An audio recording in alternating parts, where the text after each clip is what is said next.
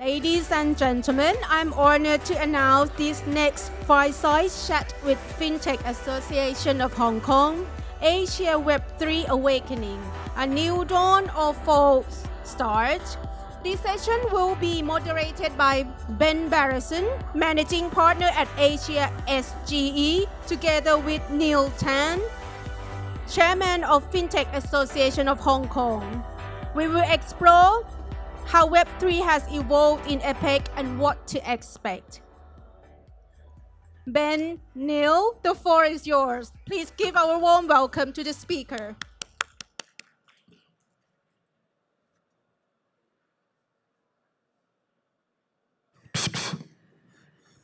Good morning. Hi, Neil. Hey guys, how you doing? Um, yeah, let's start with a couple of engaging questions. Is anyone here familiar broadly with what Web3 is about? Raise your hands. No? All right. Anyone here is actively doing anything with cryptocurrencies or NFTs? Okay. One for salvation. Okay. So my name is Hey, Ben Berenson. I'm the managing partner of HSG, which is a strategic advisory firm. We're based out of Hong Kong. We work on a global base. We work mainly with founders, tech founders, and investors on how to basically enabling them to get to where they want to get in an efficient, compliant type of way when typically in the realms of technology and so on, it's much more complicated than one can imagine. And I'm here with Neil. Neil, you want to say a couple of words? sure, absolutely. My name's Neil Tan. I'm the chairman for the FinTech Association in Hong Kong. A little bit of background on myself: over 20 years of experience inside of strategy, M&A, and business development. I've worked at financial services at HSBC as a head of digital partnerships and innovation. I've also worked inside of Web3 space, deploying NFTs, gaming, and metaverse projects inside of China on a layer one blockchain. So a little bit of background on my Web3 experience. So thanks. Thanks, Neil. All right. If you don't mind, we have a couple of questions that we want to discuss as a theme to what we're going to talk to you about. So Web3 is a very big picture because it's new. There are a lot of elements in Web3 that you guys might see, recognize already in things that you read about. But broadly, still very new. And we want to give some insights about the mechanics of Web3, what does that mean, current adoption, the role that it has in Asia, and why, in our opinion, Asia is the forerunner globally for that, and why you should stay tuned to everything around that. We will link it a little bit with AI because there is a good relationship between those two terms. And okay, let's start. So, Neil, what is Web3? What's the buzzword about? Yeah, so I think if we kind of just frame the conversation a little bit about it, starting off with metaverse, I think obviously a lot of people have a different understanding of what metaverse is, what understanding of Web3 is. If we talk about metaverse, metaverse is the next level of social media, right? Why did Facebook rename itself Meta, right? So this is kind of like a key point. Why didn't Microsoft rename themselves Meta, right? So that's why it's inside of that particular channel. That's a channel of communications that's going to be going forward in all of our lives. And then right now, of course, it's still early days. Whether it's the hardware, software, services, solutions, all of those are still in different stages of development. So you'll see in that context, obviously, metaverse is still building out. But there is a number of use cases that are happening inside of that space, and Microsoft and a number of other big tech players are taking positions inside of it to address specific use cases. Now, when we talk about Web3, is exactly that. What's Web 1.0? What's Web 2.0? What's Web 3?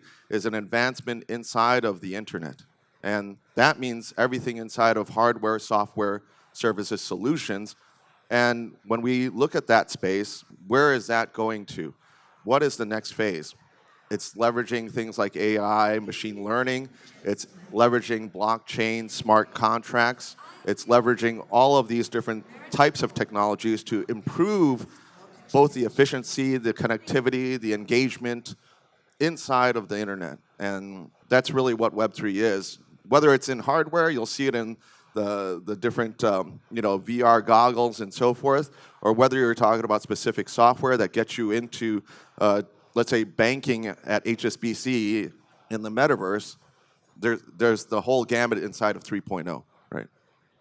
Yeah, I think totally spot on. And I think there's this big thing about democratization, right? So people want to do things on their term. They want to use their own information, own assets, whatever assets might be, um, to basically create their to express themselves in an independent way. And today, a lot of our information is owned by someone, right? Tech firms or banks or any type of information, right? So Web3 is really bringing that to the next level, where at the end is the question of ownership. One of our portfolio companies came to us a few months ago, and they do NFTs. And he said, and the founder told me, I'm a big believer in music. I believe in rights of artists, and I want to create an instrument which is basically works like a bond, but that bond put the artist first. And when we sat down and we listened to him talk for about 45 minutes, I told myself, wow, if this is not the intersection between Web3, financial instruments, and really the actual democratization of things, what is, right? And we're in Asia, and Asia is, home to most of the population in the world. And some of those countries like India, China, Malaysia, Indonesia, which are very big economies, are in the forefront of adoption, right? Generally technology, and it's due to, unbanked portion of the population. So we see a lot of innovation coming from here. And one of the things that we thought it's very important to discuss is about how is this adoption going to be responsible. So, for example, you guys, your brokers, FX, trading platforms, if you have this amazing type of product that can be enabled by that technology, and you're going to unleash it to an economy of, say, 2.5 whatever billion people, what's the responsible way to do that, right? So questions about regulations, for example, government's compliance, the question of smart contracts as an efficient tool to go through to help you with KYC, to help you with AML, to help you with efficient execution, right? As an example. Neil, regulations. Yeah, what about? Yeah, right? Scrutiny. Right, scrutiny. So, as many people, or as maybe some of you have heard about it, obviously Hong Kong has issued a regulatory framework inside of the virtual asset trading platform. So, pulling it all the way back to 30,000 foot level, what is the Hong Kong strategy? Hong Kong's strategy is to become a global player or a global virtual asset hub, number one. Number two is to become a Web3 center. And that's going to be in the top 5. And essentially, how that's going to be done is we've already taken kind of the first step, if you will. If you look at other jurisdictions, many of them are pulling away from retail trading. Hong Kong is stepping forward inside of this. And in some ways, we basically dodged a few bullets inside of the whole crypto space, because at one point in time, Hong Kong was a center for a lot of virtual assets and crypto. If you take a look back in 2013, 14, 15, a lot of the activities from crypto perspective was actually originating out of China. And during that time, when you go into like the ICO markets in 2017, actually that minted multiple million Chinese crypto millionaires and a number of billionaires just from that period in of itself, right? And when China started to ban crypto, whether it's in terms of mining, buy, sell, trade, and so forth, all of these people, projects, platforms started to move. And where did they go? They went to Hong Kong. So in that sort of 17, 18 period, there was a vintage inside of that. A lot of the exchanges, whether you say OKX, Huobi, FTX, so on and so forth. I mean, you know, Sam Bankman-Fried used to be inside of Pacific Place. If you know Hong Kong, that's where his office was. But then as that sort of regulatory clampdown started to come into Hong Kong, then they started to, you know, go to Singapore, go to Dubai, go to other places, right? So what I call this is really the Chinese crypto diaspora. Now, all those people ended up going away, and guess what? Now, with the introduction of the new virtual asset trading platform license, or VATP license, they are coming back. And OKX has already raised their hand to apply. Huobi is also, and other players, even in TradeFi, like DBS, is going to be coming inside of the space. So you'll see a number of different types of players inside TradeFi in terms of crypto, digital asset platforms. You'll even see people that aren't even in crypto today, but have an interest in getting a license for different purposes. One key example is a company called Greenland Holdings. It's a real estate firm based out of China. It's actually a state-owned enterprise. So you're seeing a very, very big change inside of this regulatory area. One is opening up the license. Two is it's opening up to different types of players inside of the space. It's not confined to a certain subset that you would usually think of. And ultimately, all those different platforms must bring in infrastructure. So when you apply, let's say even in Dubai or Singapore and other places, you need to have the infrastructure there. What does that mean? The RO, the responsible officer, has to be in place. The teams, the legal, compliance, regulatory, so forth, have to be in place.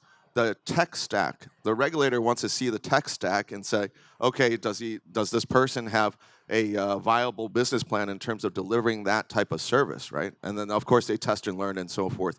So all those different things come into play when you start offering this license, and that means a lot of the infrastructure or the back office players are coming into the market in Hong Kong.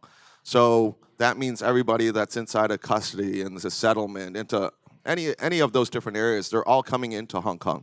We have easily 80 to 100 players that have already put in their paperwork to say, I want to set up an office in Hong Kong. This is the level of the playing field that's happening right now, and all the attraction is towards this VATP license and the infrastructure behind it. So that's where we're at regulatory-wise. Yeah.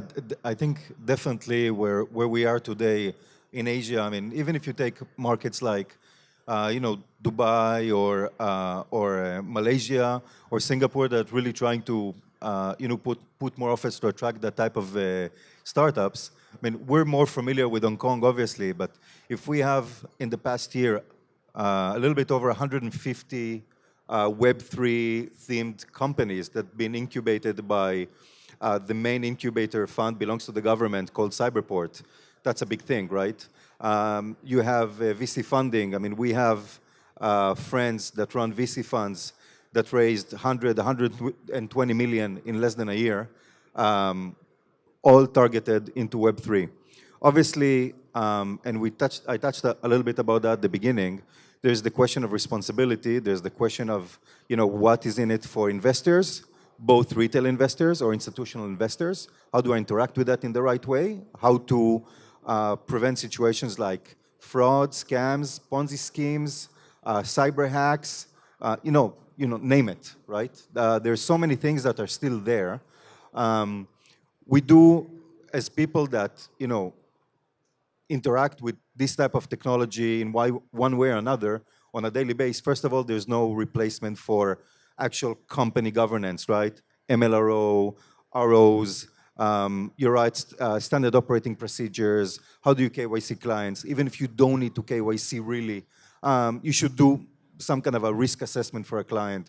All of those things makes a whole lot of a difference when, when things that you don't want end up happening. And eventually they do in certain scales, right? But then you look at things like smart contracts, which at the moment they're still not enforceable from a regulatory perspective. But still, they automate, they give predetermined set of rules. You can do yield farming, you don't need a lot of middlemen. They're enabling people to put inside a small chunk of money, so retail investors become a whole new market. They can put 2 Ethereum or a little bit of USDC, which is, guys, I just take a second. We're not sure about the level of understanding of those things. So we just go about that, and feel free to come and ask us a little bit more questions later on after the session. So we can give maybe much more concrete examples, just a lot to cover. And we're trying to keep it as fluid as possible. Anyway, so smart contracts and so on, and it's all at the end how governments, big institutions like tech companies, like banks and insurance companies, and startups that kind of lead the way in creating that innovation. And a lot of that, a big portion of that is about education and how to explain things in a way that's digestible, right? And I think one of the things, look, Neil is the chairman, I'm a member, and I think there's a lot of things that the association is doing about how to drive that education, right? Yeah, absolutely. So inside of the context for the license, the VAPI license, SFC, or the Securities Futures Commission, they issued a consultation, and the FinTech Association brought together about 30 to 35 different members inside of the association to address that. Essentially, we went line item through that entire consultation, 361 pages, and we provided our feedback inside of that space. And so that's part of the education piece. But ultimately, what we want to do is we want to educate not only our members, but we're also in the business of trying to educate the government. That's true. I mean, not all the regulators are familiar with even what we were talking about just earlier. It's like, how does a smart contract work, right? But if you look inside of that consultation, the way that FinTech Association viewed it is not a Me Too product, right? If we were just benchmarking against, let's say, Dubai or other jurisdictions, then we'd come up with Me Too. And that's not what Hong Kong wants. Hong Kong wants to be a global player in this space. So how do we, number one, be competitive? And number two, how do we commercialize this, right? So in that whole consultation and the ultimate framework that was published by the SFC, what did they do? They basically outlined the entire framework, right? And at the same time, they're leveraging the technology. Thank you. Yeah. So when we talk about leveraging the technology, the SFC, a regulator, has said that all the platforms have to have smart contracts inside of the platforms. They have to be leveraging blockchain, and they have to provide monthly audit reports using this blockchain technology. So when we talk about legal framework, you have, I always say it's like, top to bottom, right? From the top to the bottom and bottoms up. Top to the bottom, they've issued the regulations, the framework, but bottoms up, they're leveraging the technology to enforce this, right? And in the center is the enforcement. So you've got the legal framework at the top, you've got the technology, the blockchain, and the AI that's being mandated by all these platforms to leverage, and then you've got the enforcement in the center for them to do. So this education process is both for the SFC, for the HKMA, for the regulators, et cetera, and also for our members, of course. So yeah, just a little bit of background on that. Thanks, Neil. We have been asked multiple times to go to places like Cyberport and do conversations with, for example, institutional bodies like VCs, P funds, some bank representatives, and so on. And when you start doing a talk like that, which is educational, by nature, really quickly you can look at the crowd and see how much is going to go, right? So how much they understand and how to kind of keep the tone throughout the conversation. And at the end, when you do this type of conversation about Web3, you remember that there are assets, smart contracts, and then the platforms, right? And when you ask a question about assets, so literally virtual assets, a lot of people know USDT or USDC because um, Silicon Valley Bank had that impact on the on stable coins recently, something to do with risk management and so on. But at the end, it created, quite a shock to the system. Up until that shock, instruments that generate yield that are based on smart contracts were $250 million. Right? It's a big chunk, that people can work around, right? But those assets, they're diversified. Not all regulators recognize them. The type of assets need to be treated differently. Big questions about that. We spoke about smart contracts. All of that kind of boils down to education. And we have friends and members in the association that's part of big banks, for example, and they try to drive some points in that in agendas of banks, and it takes literally years, 4, 5, 6 years, just to get an item on the agenda. Because everyone needs to understand that a little bit better, and it doesn't matter how much the eagerness is there. Anyhow, so regulation is up and coming. There's a lot of education going about that. There are a couple of use cases, most of them in financial instruments. We see that brain power works really hard to create that new innovation. And generally speaking, Web3 is definitely one of the big things that you would want to pay attention to, because at the end, if you think about it, most of you guys are probably on Facebook, LinkedIn, any type of social platform. That information is not really yours.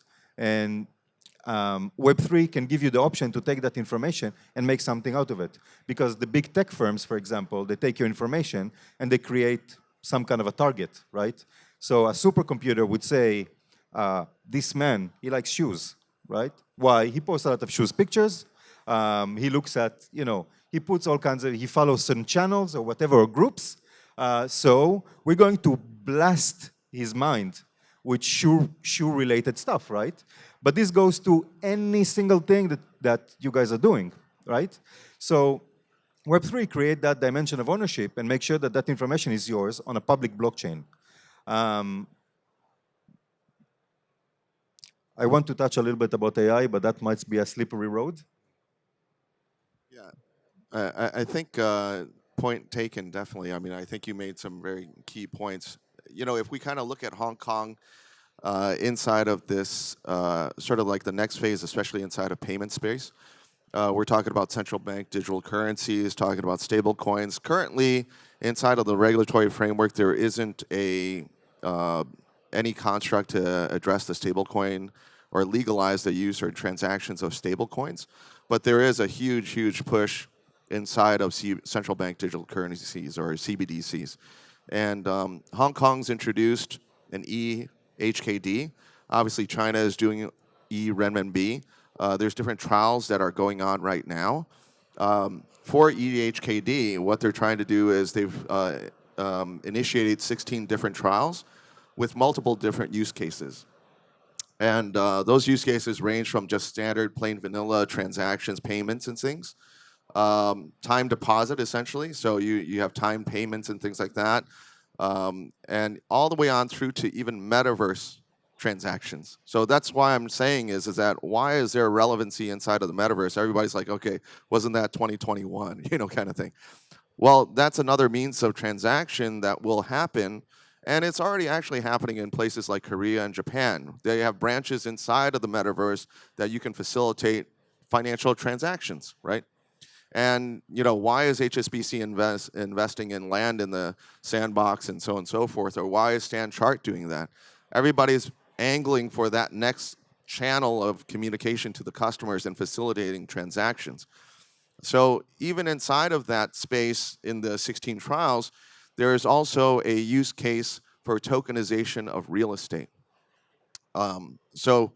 Very interesting partnership between one of the traditional banks and also Ripple, which is a blockchain that's currently under SEC lawsuit. Right? So in a U.S. jurisdiction, these guys are doing something wrong. In a Hong Kong jurisdiction, we're having them test and learn tokenization of real estate. Okay, very interesting situation.